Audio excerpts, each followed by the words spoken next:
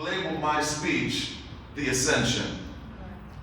We got to fight the powers that be. I know already people looking at me like, what is he talking about? Todd, what is this?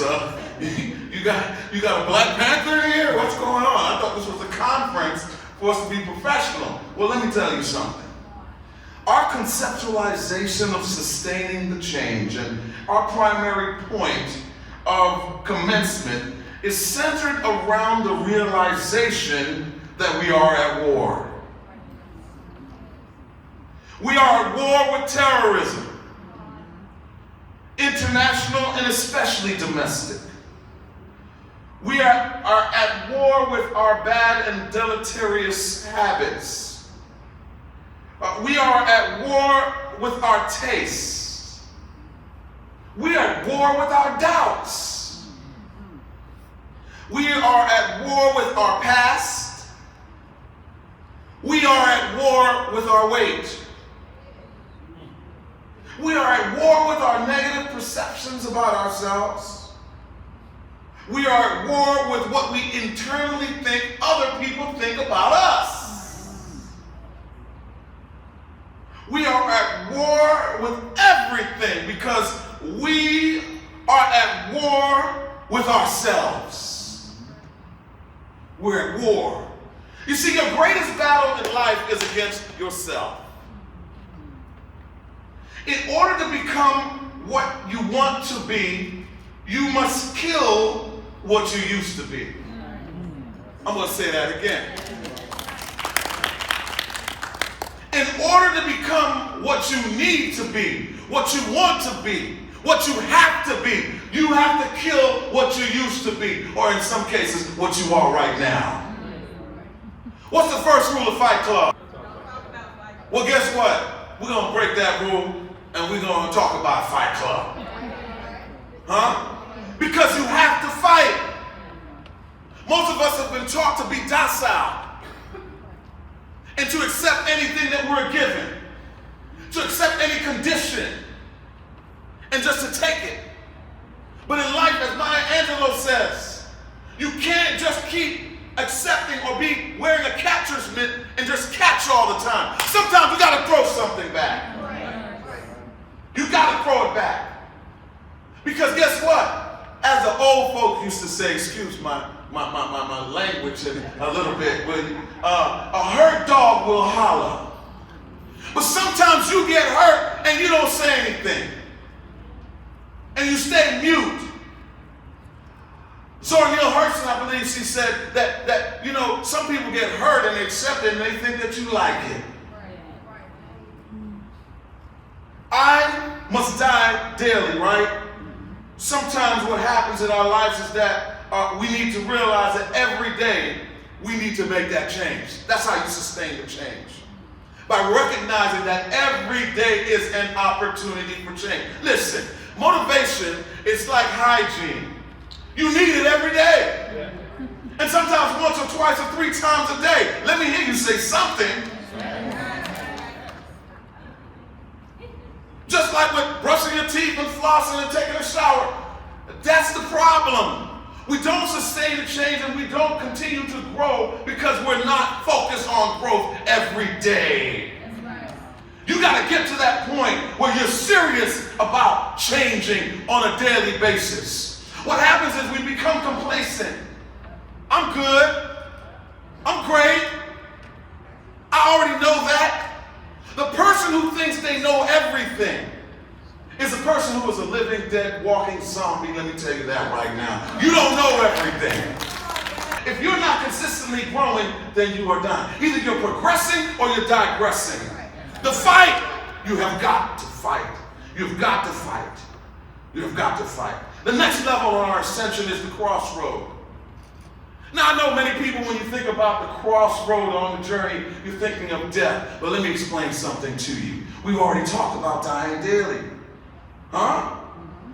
Choose today to say, in fact, say it with me. I am the best. I am the best. I am the best. I am the best. I am magnificent. I am magnificent.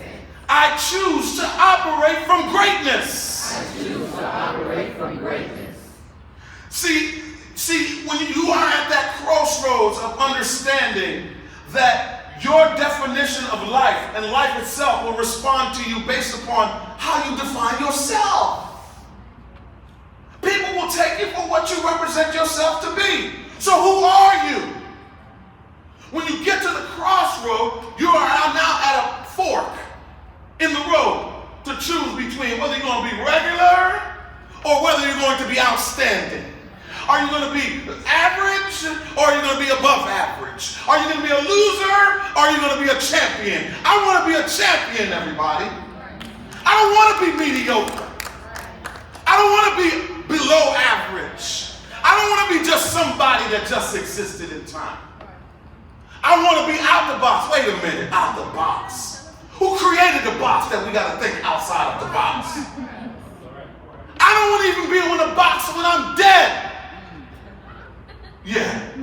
I don't want to be in the box when I'm dead. So right now I'm living a life that's extraordinary, that's sublime. We have to embrace that at the crossroad. It's like they say, when you take that road less traveled, that road less traveled is a road to greatness. Most people don't get there.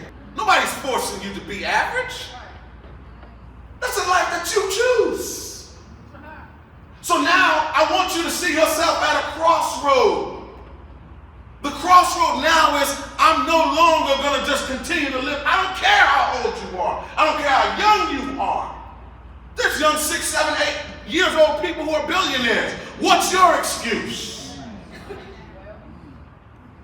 I don't care if you're blind. We got Stevie Wonder with Ray Charles. They see more than you see with your 2 eyes, your 20/20 vision. The crossroad right now, and there's a great writer, Robert Frost, he says, I shall be telling you this with a sigh. Somewhere ages and ages hence, 2 roads diverged in a wood, and I took the one less traveled, and that's made all the difference in the world. When I went to college with Todd and Joey and Carlin, I was always a public speaker, and I felt like when I went to this Christian HBCU called Oakwood University, back then it was called college, everybody said, well, you're a great speaker. You should be a minister. And I said, man, maybe I should, because that's all I knew. That's what we knew. See, let me explain something to you guys. In life, what happens in life is that, the school system creates a certain kind of lane for everyone, right? I believe we're all born creative geniuses, right? But the school system and the system, or the way education is set up, right? It dumbs us down to the point where we get off balance and we're not even following what we should be doing. And hopefully sometime and somewhere in life, you will break away from that realization and you say, you know what? I no longer want to stay on this zombification of an existence and just pursue a paycheck. Your profession sometimes is just a pathway to a paycheck. Huh?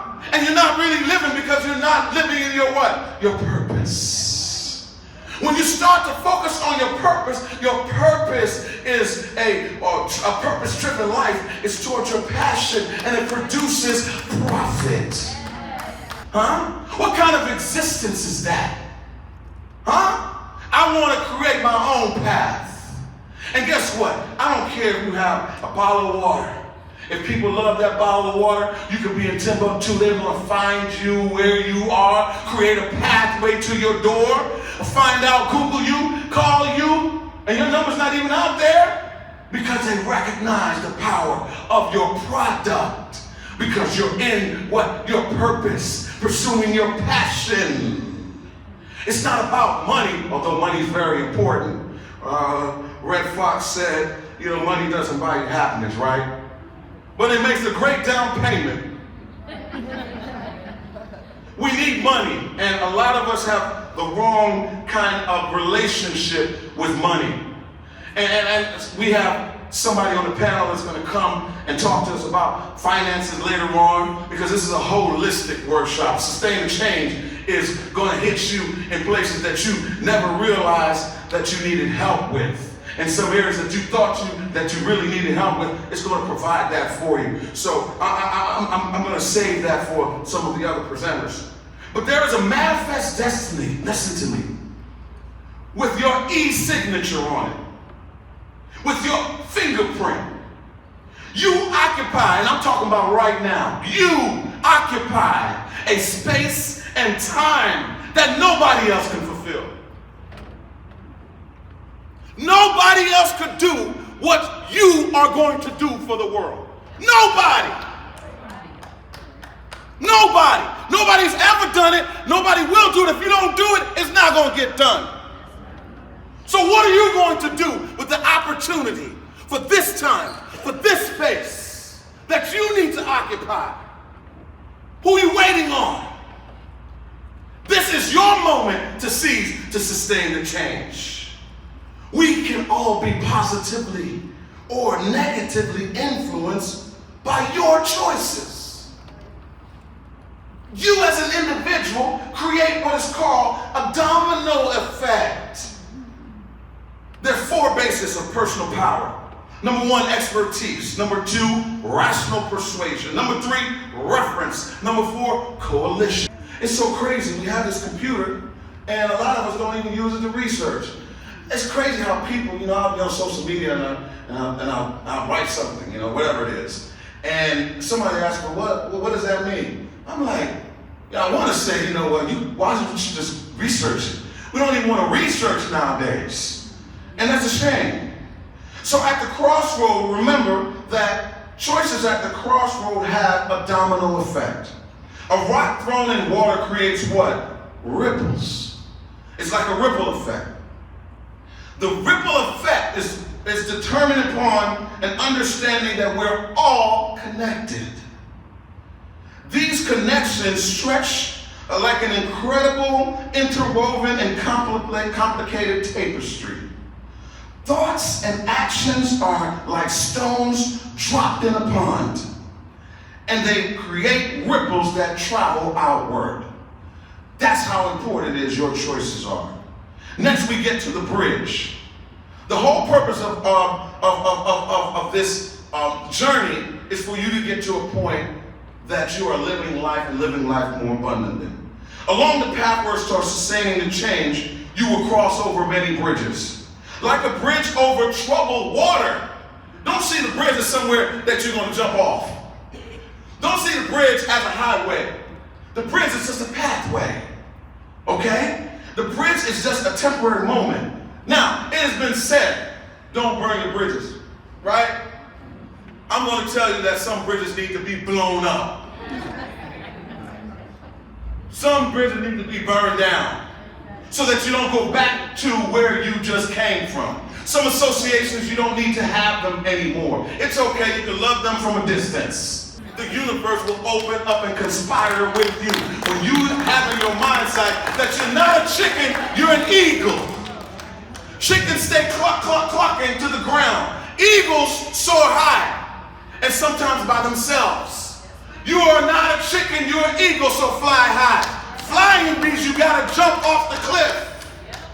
An entrepreneur is somebody that jumps off the cliff and creates an airplane by the time before they get down. You need to fly, and you need to fly high, and that's how you sustain the change. Thank you.